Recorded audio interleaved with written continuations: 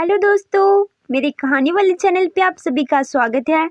तो दोस्तों, अगर आप मेरे चैनल पे नए हो और अभी तक आपने मेरे चैनल को सब्सक्राइब नहीं किया है तो प्लीज़ सब्सक्राइब कर लीजिए। तो अब हम आज की कहानी पढ़ना शुरू करते हैं।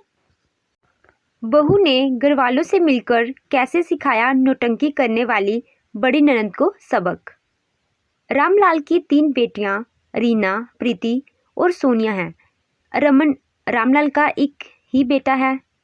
रामलाल की बड़ी बेटी रीना कुछ ज़्यादा ही चालू है। वह हर बात पर अपनी ही चलाती है। उसकी इस आदत से घर वाले बहुत ही दुखी हैं। रीना की आदतों की वजह से उसके माता पिता उसकी शादी जल्द से जल्द करवाना चाहते हैं। इसके चलते एक दिन रामलाल जी ने पंडित जी को घर पर बुलाया। बताइए रामलाल जी, कैसे याद किया आपने? मेरी बेटी रीना के लिए कोई अच्छी फैमिली का रिश्ता हो तो बताइए पंडित जी। पंडित जी घबराते हुए बोले, आपने बड़ी बिटिया रीना से पूछ तो लिया है ना? कहीं ऐसा ना हो कि मैं रिश्ता ले आऊं और वह लड़के वालों के सामने मेरी खाट खड़ी कर दे। उसकी चिंता मत करिए पंडित जी, आप तो बस कोई सही और अच्छा सा परिवार बता दीजिए। ठीक है रामलाल जी, मैं जल्दी आपको कोई अच्छा सा रिश्ता बताता हूँ। ये कहकर पंडित जी वहाँ से चले जाते हैं।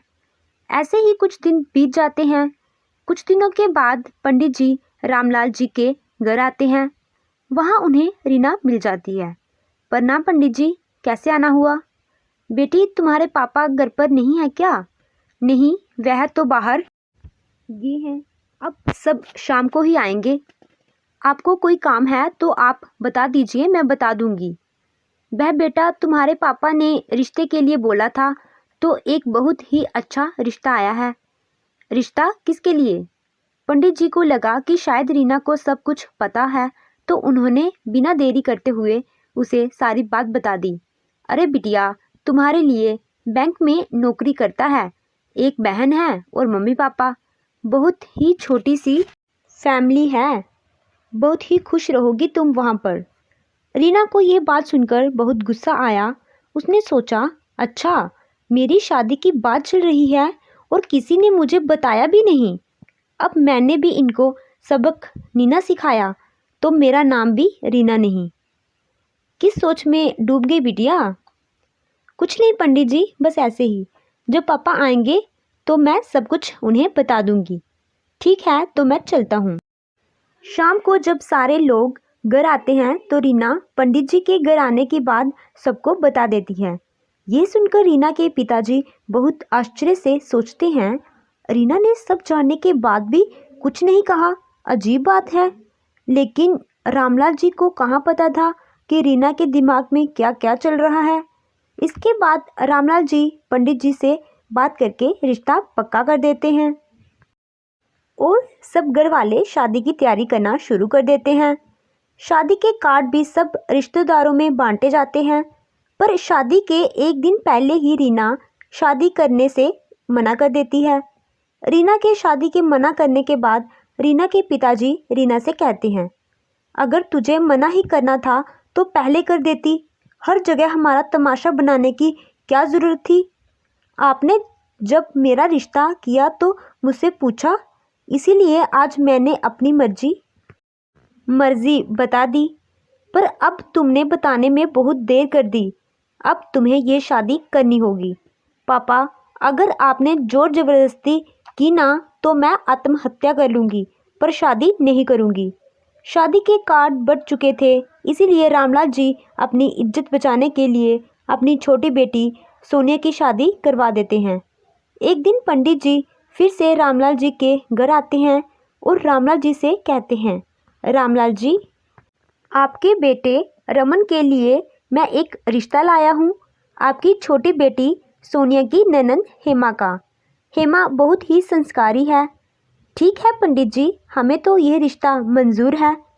इसके बाद रमन और शाया की शादी हो जाती है और रीना की भाभी हेमा घर आ जाती है। शादी के 2-4 दिन के बाद ही रीना ने अपनी भाभी को अपने तेवर दिखाने शुरू कर दिए। भाभी, कान खोलकर सुन लो, घर में सब मेरी बात मानते हैं। अगर आपको भी इस घर में शांति से रहना है तो मेरे कहे अनुसार ही चलना पड़ेगा। अब वह बाकी घर वालों की तरह अपनी भाभी पर भी हुक्म चलाती।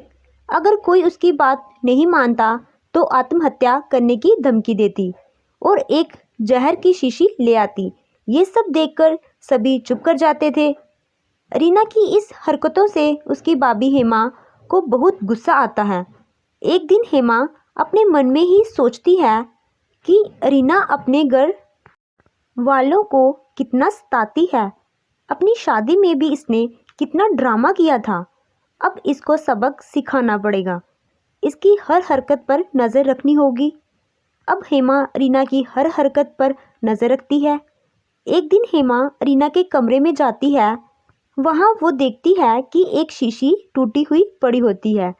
वह वही शीशी थी जिसको दिखाकर रीना आत्महत्या करने की धमकी देती थी, पर उस पर तो मधुमक्खियाँ चिपकी हुई थी। हेमा सभी घर वालों को यह दिखाती है तो पता चलता है कि यह कोई जहर की शीशी नहीं बल्कि इसमें तो चाशनी है। अब इस बारे में सबको पता चल जाता है कि रीना ढोंग करती है। अब सब उसे सबक सिखाने के बारे में सोचते हैं। अगले दिन ही हेमा खाने में मिर्च ज़्यादा डाल देती है। जब रीना वह खाना खाती है तो चिल्लाती है, भाभी खाने में कितनी मिर्ची है? अगर खाना बनाना नहीं आता तो बनाती क्यों हो? अगर तुम्हें मेरे हाथ का खाना पसंद नहीं तो खुद ही बना लिया करो। सारा दिन बैठकर हुक्म ही चलाती हो। भाभी जुबान संभाल कर बात करो, नहीं तो मैं कुछ कर लूँगी। तो कर लो, बार बार धमकी क्यों देती रहती हो? इसके बाद रीना हेमा पर बहुत गुस्सा होती है और ज़ोर ज़ोर से चिल्लाती है। ये सारा तमाशा पूरा परिवार देखता है। रीना सोचती है ये घर वालों को क्या हो गया, मेरी किसी बात पर ध्यान ही नहीं दे रहे। अभी इनको मज़ा सिखाती हूँ। और वह जहर की शीशी निकालकर कहती है, कोई भी मेरी बात नहीं ना मान रहा, अब मैं आपको दिखाती हूँ। रीना की बात सुनकर हेमा कहती है, पी लो दीदी, आपने शादी तो की नहीं लेकिन हम आपका अंतिम संस्कार बड़ी ही धूमधाम से करेंगे। हाँ बेटी, मेरी बड़ी इच्छा थी कि तुझे धूमधाम से विदा करूं, पर अगर तू ऐसे ही विदा होना चाहती है तो ठीक है। अब रीना को कुछ समझ में नहीं आ रहा होता कि इस घर में क्या हो रहा है और अब वह क्या करे। इतने में रीना से उसका भाई रमन वह शीशी लेकर कहता है, रीना हमें भी चखा दो इसका टेस्ट। फिर सभी इसका टेस्ट करते हैं और ज़ोर ज़ोर से हंसने लगते हैं। अब रीना समझ चुकी थी कि उनके घर वालों को उसकी इस चालाकी का पता चल गया है। अपना मजाक बनते देख वह रोने लगती है। उसे रोता देख रामलाल जी उसको गले लगा लेते हैं और कहते हैं, बेटी रो मत, हमेशा दूसरों को इज्जत दो, चाहे वह छोटे हों या बड़े। तुमने सभी घर वालों का बहुत दिल दुखाया है।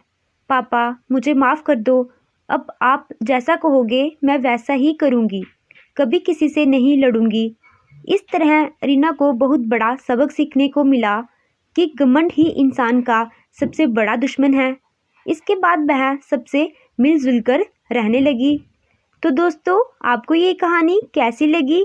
कहानी अच्छी लगी हो तो वीडियो को लाइक कीजिएगा और मेरे चैनल को सब्सक्राइब कीजिएगा।